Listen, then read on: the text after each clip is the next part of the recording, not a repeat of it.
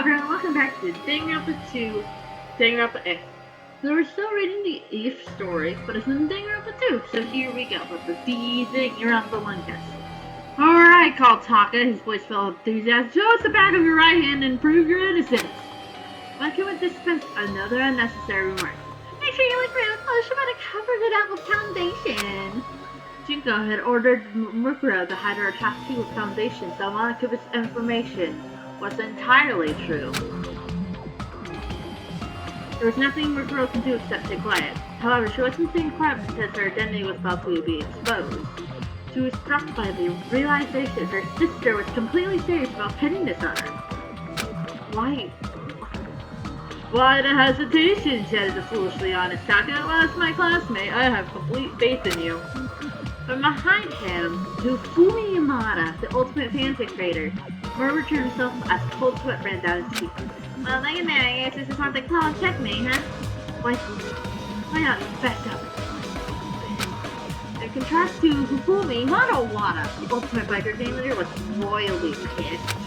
However, there were some students who were busy questioning Monokuma instead of Mukuro. Hey, you're not coming to save us, shouted Leon Kawada, ultimate vehicle. You should hurry up and charge in here already. Monokuma looked at Leon, shook his head softly. The police can't help right now. Not only are you guys hostage, it's possible the whole entire school has been raked with explosive poisonous gases. Poisonous gas. I hacked into this Monokuma robot to investigate that for myself. Then what about everyone on the TV? What about everyone outside the school? Asked Sayaka. The memory of the DVD she was forced to watch yesterday still weighed heavily on her mind, but Monokuma didn't have a clear answer. I don't know about any DVDs, but there's definitely tourists causing havoc out there. I hear law enforcement around the world is in shambles trying to deal with this. That's impossible. That's impossible. Sayaka shuddered and clasped her knees. Sayaka. Next to her, Chihiro Mizusaki, the ultimate programmer, was unsure about what she should do. But behind her, two other girls stood silently. The first was Toko Fukawa, the ultimate writing prodigy. She seemed to be trying very hard not to look at Makoto as he lay waiting. The other was a quiet girl, who hasn't talked about herself much, named Kyoko Girigiri. Unlike Toko, Kyoko was watching everything intently, as if she was studying the scene of a crime. From Makoto's breathing patterns to subtle changes in Murkuro's facial expression, nothing was keeping her attention. Suddenly, Toko began nervously packing the Sakura. So, anyway, let's just say that Mukuro woman, or whoever over there is a terrorist. Hurry up and beat her to death or something. We don't know now yet. Like fish do not fit our justice based on simple speculation. Sakura tried to get near Makoto to examine the wound, but Monokuma set her away, shouting, "Don't come any closer!" This meant that Mukuro was the only one who could get close to Makoto. She had ended countless lives on the battlefield. She knew it from experience. If she didn't treat Makoto's wounds, he would die. His wounds were not immediately fatal, but if he continued losing blood, he could eventually slip into shock and death shortly thereafter. Please, you need to treat Makoto first. Absolutely not, said Byakuya, harshly interrupting Mukuro. Tying you up and examining the back of your right hand is our first priority. Hey, Makoto is in danger. Now's not the time for that. Now's not the time for that, said Aoi. As she cast a worried glance on Makoto, she was still having trouble understanding the situation, and hadn't decided if Makoto was suspicious or not. Byakuya was about to snap back at her, but Mukuro's actions stunned him in silence. She took a deep breath in, and Mukuro removed the blonde wig from her head, where there were two long black blonde pigtails only a moment before. There was now short black hair. She cleared her voice out of all emotion, and when she spoke, her voice rang throughout the gym. I'm not Junko Inishima. My name is Mukuro Ikasawa. The student stared wide-eyed at our open confession. All she did was remove her wig and cleared her emotions. But in doing so, the person the students have recognized as Junko Inishima vanished from their sight. The terrorists that had taken her place continued to speak in a calm, stoic tone. I helped lock everyone inside this academy. The confession on the seaside cliff film has finally arrived, Hifumi blurted out. What? Oh no, I don't know what to do. Get out.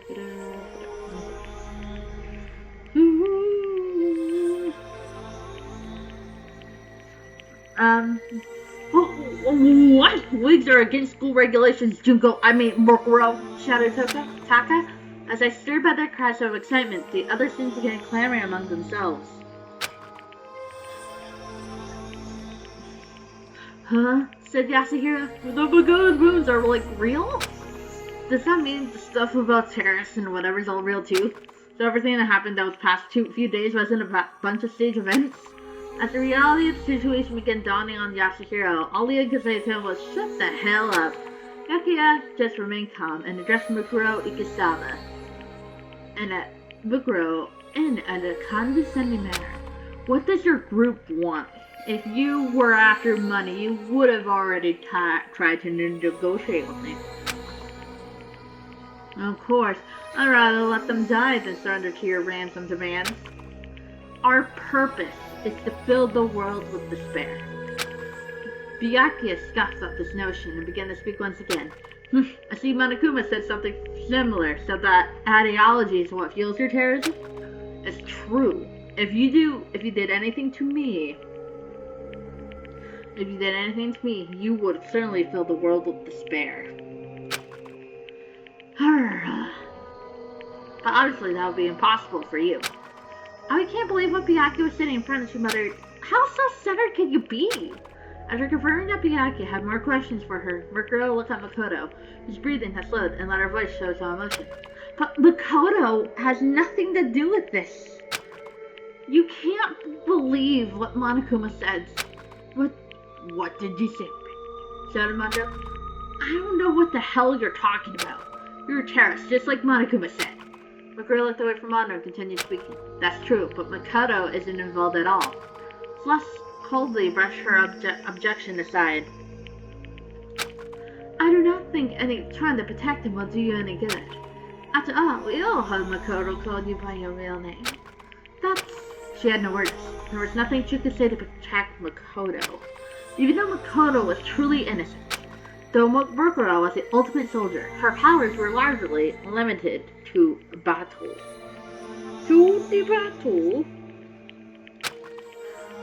Even a normal high school student could outwit her when it comes to debate and negotiation. If she were the ultimate negotiator, she might be able to convince him that their memories had really been erased. But in her current situation, if she tried to bring up their memory loss, I would think it was a desperate excuse. Even Mukuro knew that. But even if she didn't know what to say, she still knew what to do. Right now, we need to treat Makoto first. And then she started walking towards Makoto as if nothing had happened. The others, it seemed like Mukuro had decided to abruptly change the subject. Hold it! We will immediately take Makoto for the nurse's office for treatment. However, we must tie you up. Oh yeah, this is Sakura. Hold it. We will immediately take Makoto to the nurse's office for treatment. However, we must tie you up. This was Sakura's honest demand. But there was no way Mukuro could accept it. If she was separated from Makoto, there would be no telling what Monokuma would do to him. And between Mondo's hot temper and Byakuya's cold heart, Makoto could easily sustain further injuries under the pretense of interrogation. Furthermore, among these students, Mukuro knew she was the only one who had experienced treating wounds due to her time with Fenrir. After mulling that over, she narrowed her eyes and went silent. Her mind was made up. She was determined to fight her way out of here and escape with Makoto. I apologize, but I need you to fall asleep right now. As she said that, Sakura instantly positioned herself behind Mukuro. She was completely within her blind spot. To a normal person, it would seem like Sakura had suddenly vanished. After moving faster than any human being could see, Sakura's equally fast hand lunged a blow toward the back of Mukuro's neck. However, sorry Sakura, but I need to get out of here. Mukuro parried Sakura's fist with a spinning roundhouse kick. Sakura raised an eyebrow at the unexpected counterattack. Mikuro tried to use the momentum of her kick to sweep Sakura's feet out from under her. However, Sakura dodged and instantly struck back against Mikuro's pivot leg. But Mikuro was faster and jumped up aiming a tornado kick at Sakura's chin. Sakura deflected the attack with one arm. Then both combatants leapt backwards, fired, and charged simultaneously. Every blow they dealt was parried and countered by the other, and though they were both unarmed, the sound of their battle echoed throughout the gym. It was like a typhoon had been compressed to the size of a car and set loose inside the gym. The other students were powerless to stop them. All they could do was stare at the great... All they could do was the breathtaking dance of death unfolding before them. After 10 minutes had passed, the enormous sound of one big final impact ran throughout the gym. The two warriors slept back once again, and breathed heavily as they stared at each other down. My mistake, though, it's only been a few days. I cannot believe I did not know this impressive fighter was hiding among them. In addition to the shock speed and the surprise Sakura felt, it was as if the battle had left her energized. Mukuro, on the other hand, looked down on her arm, confirmed and been wounded during the battle, thought to herself, "She's strong. I don't think Sakura's even taking this seriously right now." Despite being constantly surrounded by firearms, blades, traps, and explosives during her time with tenure, this was the first time she's ever been wounded. Mukuro was powerless before the might of the woman known as the ultimate martial artist, and the strongest woman in the world. Just as I thought, I can't beat Sakura with my bare hands alone. If she'd been directly ordered to kill Sakura, Mukuro would have opted to either snipe her from a distance or poison her. At this close range, she would need an assault rifle just to stand a fighting chance. I don't have time for this. She looked at Makoto, confirmed that his breathing had grown even shallower. I need to hurry.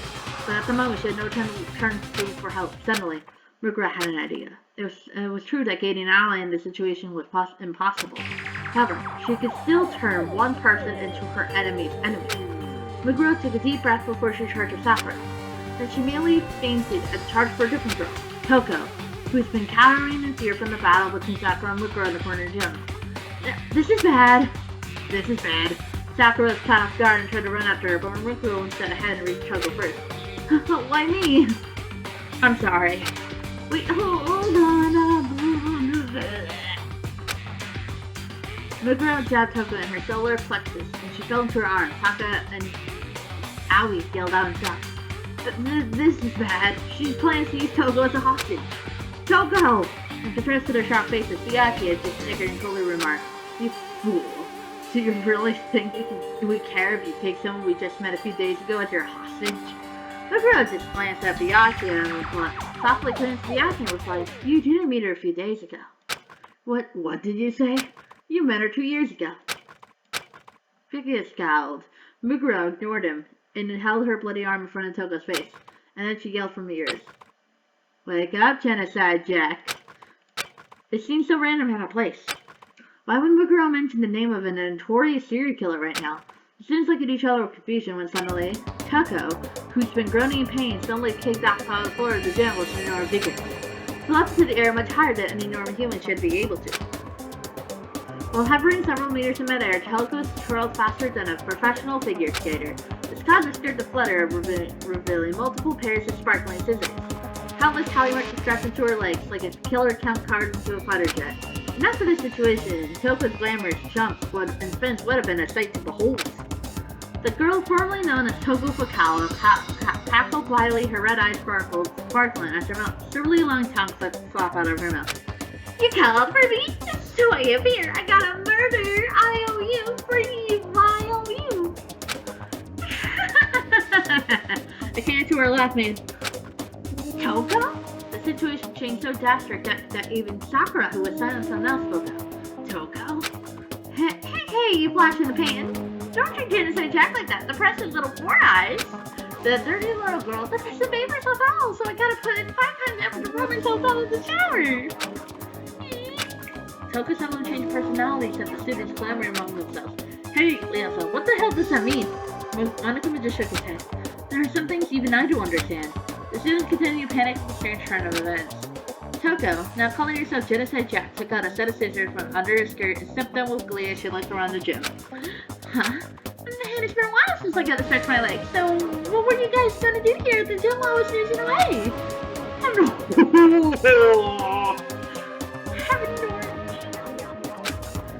understand. I totally understand. You guys need me to cut up clothes that you're really not here. Oh no. Yeah, right. Why the hell would I do that for you? Why the hell would I do that for you, dumbasses? My sisters are only meant for petting the simple, tender flesh of adorable toys. Jenna said Jack was cousin Ruckus, but when she says Makoto and Floor, she told her head once again. Aw, big guy! Come on, you're like totally about to die! What's the deal? Does the world fill you with so much despair that you came here to commit mass suicide? That's so but why did you start it without me? Toko! Cried Aoi. Get on top of yourself! Jenna said Jack ignored Aoi and let her emotions run unchecked. Jump in, dance with excitement, and she held her scissors. Jean! I wanted to slap Big Man Simon. Oh, this part right here where the ribs are kind of shot already. He's not even screaming there right now, though. What does that mean? Oh, maybe I just got used to feeling high illumination said. I wanted to do her love so bad. I wanted to do her love so bad.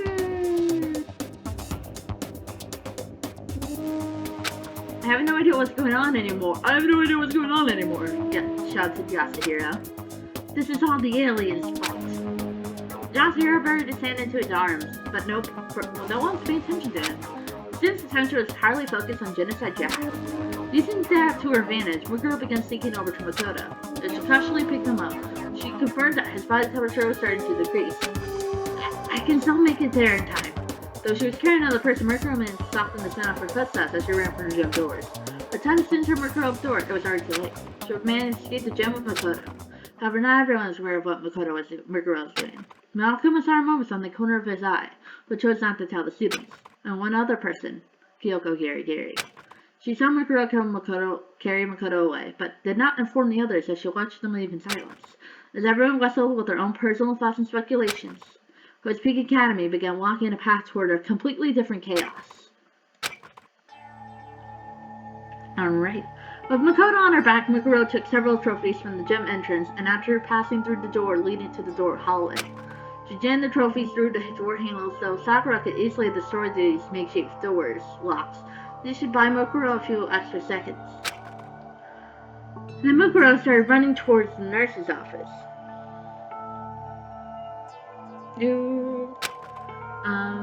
The place she last spoke to Makoto. Everything necessary for performing first aid could be found there. Her little sister was her enemy. Her fellow Ultimate Sims were her enemy. The only ally now was Makoto, who was on the verge of death. Muguro knew that even she wasn't her own ally right now. Amidst all this chaos, amidst her sister's betrayal and nearly being killed, she believed she was the only one who truly understood her little sister. That's why she felt like she had to protect her. That's right, you didn't do anything wrong, Junko. You just wanted to feel despair, that's all, right? Because you loved me. Because that's why you wanted to kill me. You were just trying to feel despair, right? I'm sorry I failed to bring you despair. But at the same time, she wondered, if she saves Makoto and betrays her sister by disrupting her plan, wouldn't that fill her with even stronger despair? Wouldn't that make her happy? But betray Junko? What should I do? Muguro closed her eyes and listened to Makoto's weak breaths. What should I do, Makoto? On a battlefield where you all needed to do is kill and survive, Muguro was invincible. She should suppress all her emotions and fully immerse herself in becoming a perfect killing machine. But on the twisted battlefield of daily high school life, she could no longer keep her emotions and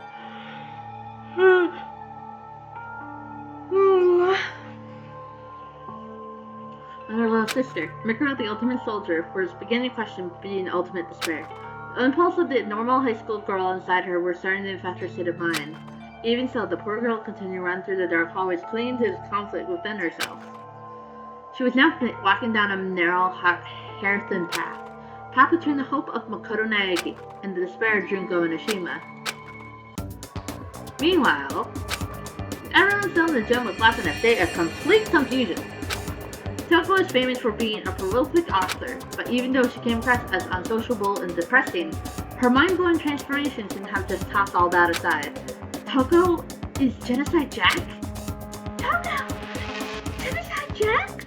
Sayaka trembled with fear as Jack tilted her head and stuck out her long tongue. What's the sister say? on, you guys? You guys didn't know who I was? Have I been badass? Or have you known all along? And why was the solo samurai just like that? That outfit didn't look good on her at all. The solo samurai was probably referring to Mukuro, which meant Toko already knew Mukuro in advance. Confronted by that shocking truth, the students had no idea where to begin talking. So many things were clearly wrong by this point. But there was a few students, such as Miyake and Kyoko, got to remain calm and observe the situation. Alright, someone better spill it. Who gave Makoto an extra mouth to feed? I don't care if you want to stab him or slice him. I just can't forgive whoever put that ugly X-tool in Big Mac's side. Kyoko, no, Genocide Jack spun her scissors in her hands. As she spoke, her emotions and facial expressions constantly changed. Even without the threat of her scissors, she excluded an aura of danger that made her unapproachable. The pointer of a young boy like Macaroon is like a blue word that pops out a golden egg. If you just want to let me handle it, I could have killed him so good that even Fly and Murkfly would be eager to die. The poor Monkey's heart is alive and it's not by scissors slapping kill. That actually sounds pretty exciting too. Let's decline. Toko! You're not making any sense, son, screamed Aoi. What happened to you? Genocide Jack answered by pointing her sisters to Aoi. What happened to me? I got bored, that's what.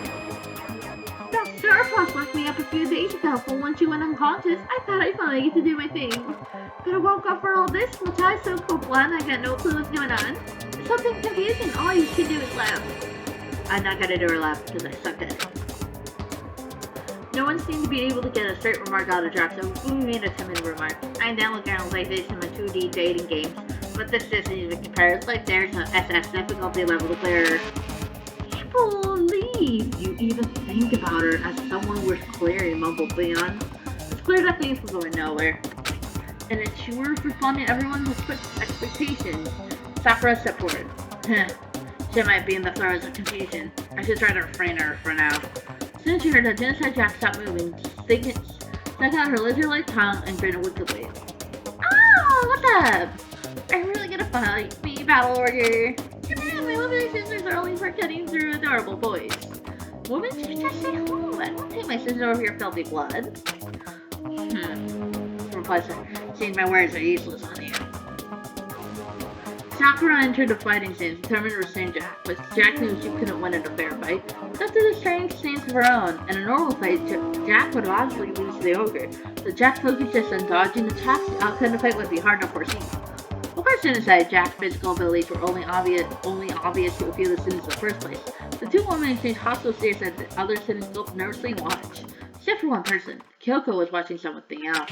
She was watching Monokuma, who in the corner gym all moving as white noise emitted from his fingers. He had stopped moving the moment everyone said to focus on Sakura and Toko. It's possible that Mind-Arise hacking has been disrupted, but an infinite number of other possibilities were also swirling around in Kyoko's mind. She brushed back her hair with her left hand and continued to watch. Though she can't fully remember her talent, the actions she was seeking right now were fully filled by pure instinct. The strange situations that kept appearing in front of her were shaking to her very core. Her mind worked diligently to scoop out countless amounts of information from her bastion of memories. And they were synchronizing with the synapses firing in her brain. Sakura and Toko kicked off the ground at the same time, and a tense impact ran throughout the gym. Thanks to the heated battle that was unfolding in the gymnasium, Margaret Kasa was able to buy more time than she imagined. So she entered the nurse's office. She rummaged around for medical supplies and did what she could to stop the bleeding. Though still quite shallow, Makoto's breathing slowly stabilized, making her a little sigh of relief. However, even though she was somewhat able to stop the bleeding, she wasn't out of the woods yet. Miraculously enough, it seemed like none of Makoto's major arteries or organs were damaged. Was this perhaps thanks to his ultimate luck? Or maybe he wasn't exactly all that lucky. After all, the only sort of medical treatment he could hope for was partial at best. Mukuro couldn't decide. If only I could do a blood transfusion.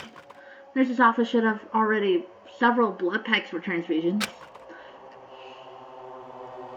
Mukuro suspected that Makoto's blood type might be written in his e-handbook. Might as well he reached over to search his pockets. I see you reaching for sleepy boy's clothes. Wanna know what's about to happen next? The adults can keep playing, but you kids better press the B button, okay? Woohoo! The girl turned around, a familiar voice and saw Monokuma standing before her. You're all over my car right now. Just think of me as a cute wild animal and let your lust lead the way. No.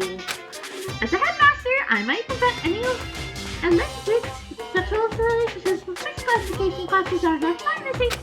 So he looked like just like the other one. This was clearly a different Monokuma. Multiple Monokumas have been placed throughout the academy. It wasn't a search for him to suddenly appear out of nowhere. Regardless, the same person was controlling all of them. Mugura had been worried Monokuma was attacking her while she was tending to the room. But his appearance at this particular moment didn't take her by surprise. Junko? Asked Mugura cautiously. Monokuma tilted his head along with his entire upper body inquisitively. Junko? Who's that? Junko? Never heard of that country before. No more jokes. Answer me, Junko. You were planning to kill me earlier, right? Junko, Junko this, Junko that. What's the problem? I'm telling you about Monokumas. It must be a real disappointment you can't even remember something like that.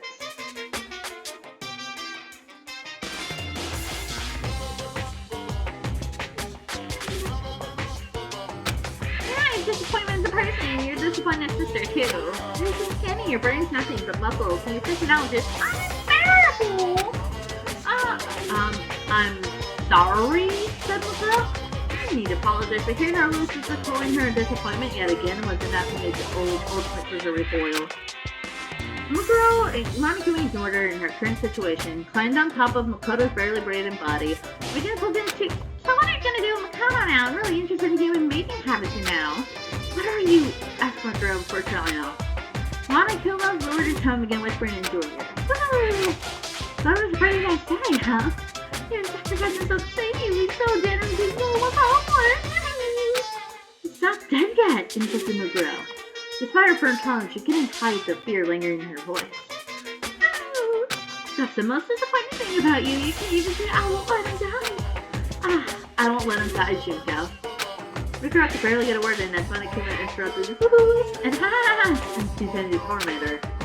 And this is where we're going to end it right here. And we found out that we fixed Makoto, that we tended to his wounds as he was, he